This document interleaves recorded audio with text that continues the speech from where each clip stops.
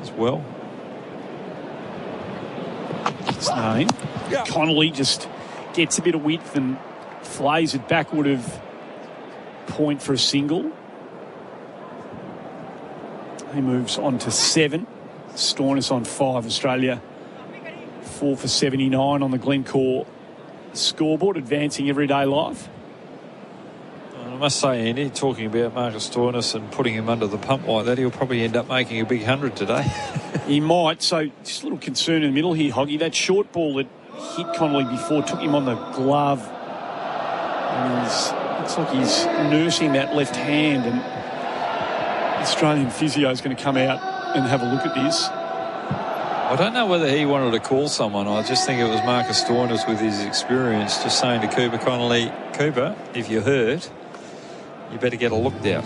Looks like it's blown up a bit here too. Just that the top of the pinky finger looks like it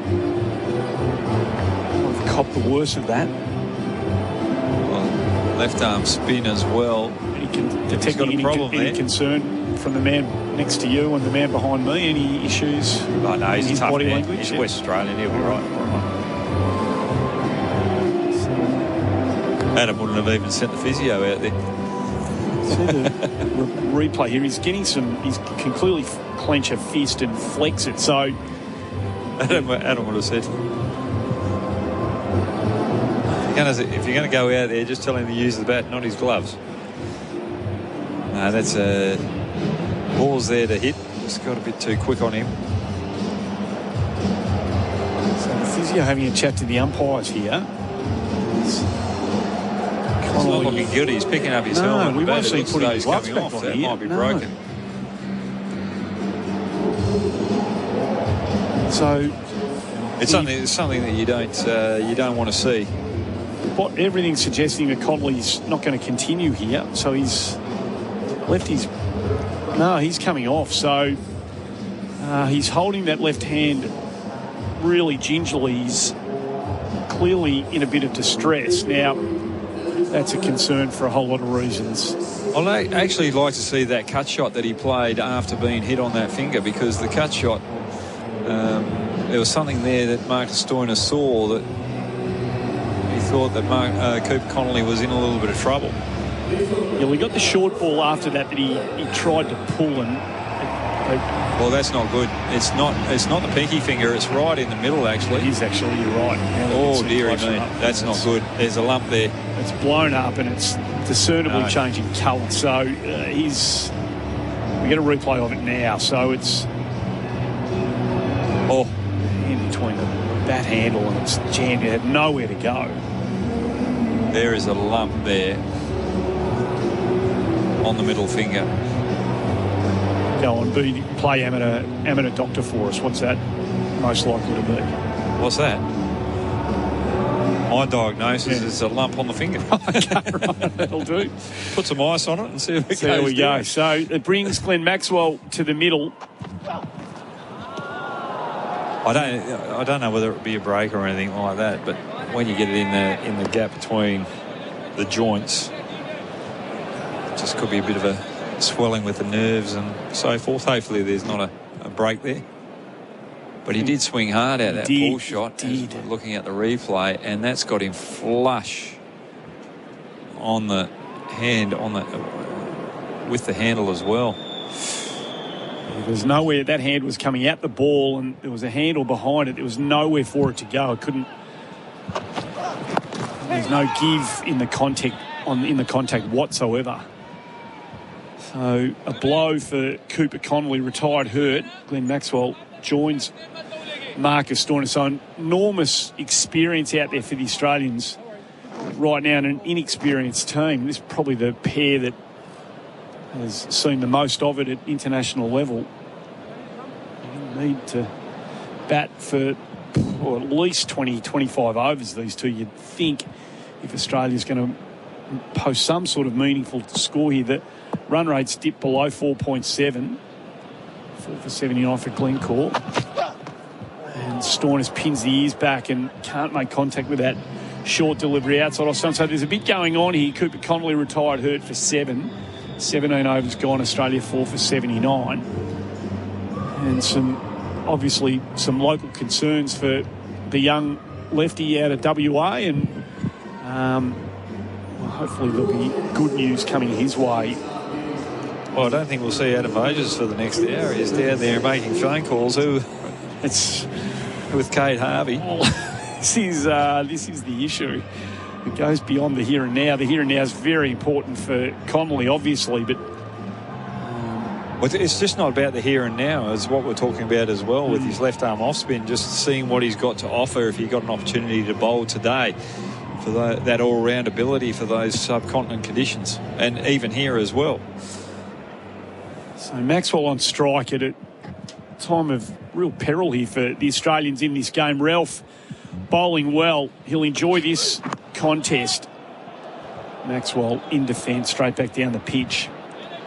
And even on a wicket like this with his left arm off spin, not a big turner but more of a square type bowler, sometimes it's hard for batsmen to readjust on a wicket like this where they're expecting a little bit of turn, but it just skids off the wicket and hurries up a lot more than most other wickets around the globe with that off spin. And if he does get it on there off the seam but on the shiny bit, it even skids a little quicker, and that's where he's very effective in the short of a game with his left arm off spin around the wicket to right-handers. So deep point comes up. Ralph into Maxwell, turns him around, gone! Leading edge, squared him up, straight to that deep gully. Ralph strikes, Maxwell gone. Second ball, Australia collapsing again. I just felt the way that Marcus Stoinis and Cooper Connolly were facing Harris Ralph, they were a little bit more conservative. They were trying to protect Glenn Maxwell from this sheer pace. He'd only bowled 3 overs. He's warmed up and he's probably at the peak of what he's going to deliver today, and that was an absolute beauty. Bit of pace, a little bit of seam work, movement going away from Maxwell, squaring him up, looking to play on the leg side and getting that outside edge to backward point. Glenn Maxwell out for a duck. Australia 5 for 79 after 17.2, but make that 6 for 72 if Cooper Connolly can't come back out and resume his innings because of that poor finger. That is extremely disappointing for Australia and for Maxwell, who was turned around by Ralph. It was good fast bowling. He was attacking the batter. Maxwell was looking to close the face and work him through mid-wicket, his second delivery, and he was in a terrible position by the time the ball arrived, and Ralph has just knocked him over neck and crop. So Australia in a real hole again here. 17 overs gone. Well, that's actually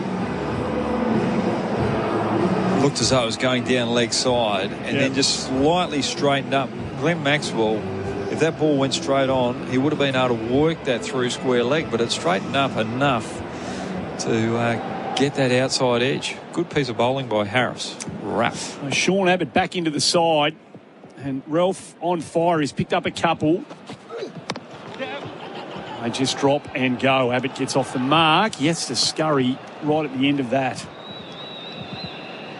Well, this is going to be headaches for Rizwan now. Does he keep going with sheer pace for the next hour, just rotate the quick bowlers, or does he go to some of his part-time options and spin options that he's got available? So Freedy's bowled 5, Naseem's bowled 6, Hussain 3, and this is Ralph's 4th. So he can certainly keep doing it for a while. I'd definitely go back to Shaheen Afridi for a couple. So in comes Ralph again, attacking the stumps of Stoinis, who times the defensive push on the offside pretty well enough to pick up a single. He moves to 6. Australia 5 for 81 on the Glencore scoreboard. 2 balls remaining in the 18th over. Pakistan right on top. They bring in a second slip now for Abbott early in his innings. So we've got that deep gully still in play. A short point, 2 slips. That third man 3/4 of the way to the boundary. Ralph steams in. Abbott drops him down to cover no run. I'd actually think about for Abbott bringing that deep square leg in and actually trying to get him on the edge of the wicket block there. If Abbott wants to play the pull shot, well, take it on. You've 5 for 79 now, or 5 for 81 now. But if you don't want to take it on and you're sort of second-guessing yourself and you stay there, but just might be a glove off to a catching option there out square leg, or very short square leg, especially with the pace of Ralph. Which definitely came to play for the dismissal again of Glenn Maxwell. Picked him up in Adelaide, gets him again here, and has Abbott defending to Gully off that delivery. That's the end of the 18th over. It's 5 for 81. There's nothing more Australian than standing by our veterans who've given their all for us. And at the Soldier's Cut, we're proud to supply top quality, free-range, grass-fed meat trays to RSL, community and sporting clubs right across Sydney. Through our partnership with Wounded Heroes, we're giving back. And with your support, a portion of every tray sold helps veterans and their families. Join us in serving up the freshest, finest meats while making a real difference. Visit thesoldierscut.com.au where quality meets purpose. SEN one-day cricket for 4 and 20 pies. Australia's original fan food is not going the way of the Aussies today. They're 5 for 81, but they're essentially 6 for 81 because Cooper Connolly retired earlier, hurt after being hit on the hand with a searing delivery. That is a long way over Marcus Stoinis' head. That is a wide from Hasnain. Glenn Maxwell in the 16th over. You know, in game 1 he was in the 20th over. Game 2 he was in the 20th over, and now the 16th over. No wonder he's failed 3 times. He's not expected to be able to score runs in these conditions with the way he bats. Well, I think the other thing too, if Australia were on top and Pakistan had gone to a spin in those overs, they might have brought him up the order as well because he's so dominant against spin. So it's a bit of a catch-22, but good observation, Tom. Hasnain, bowling to Stoinis, who works one off his pads and gets one. Now, there's a reason that they have Cooper Connolly at 5 and Stoinis at 6 and Maxwell at 7. Remember the resistance to moving Maxwell up the order a couple of years ago? You know, what? Just bat him at 4, bat him at 5. He's so damaging. But they said, no, we're going to keep him at 6 and 7 because that's where he makes his runs. And he misses out when he's in earlier because he's ill-equipped to play in these conditions. And that's not a criticism. That's just who he is. Yeah, I think... But even in T20 cricket, sometimes they're bringing him in a lot earlier there, especially in the IPL as well. Does it work? Sometimes it comes off, sometimes it doesn't. It depends. I think it depends on his mindset as well. And good Saba boy, good boy. Yeah, I think that's the big problem here. You're waiting for the lesser likes to bowl, and for Glenn Maxwell to come in and take the most of that. But if he gets out to those lesser likes, Australia is still in a lot more trouble. Hasnain to Abbott, who's defending and picking up a single to square leg. He moves to 2. Australia 5 for 84. I think the other thing is you're talking about the different gears. I think from the start of today, we're talking about the momentum of the Australian batting. In Adelaide, they were trying to go after the bowling every ball. But today, they was just slightly looking as though they were second-guessing each other. They was second-guessing whether they go after it or just to block and run, play a little conservative. So they've got a slightly different mindset and they haven't been able to adjust. And I think that's the same thing with Glenn Maxwell. He's... You know, how many gears has he got where he can actually change? And how confident is he? Stoinis facing up, and he's off the front foot, picking up a single to deep point, and he moves to 8. Because when you're facing fast bowling and you're slightly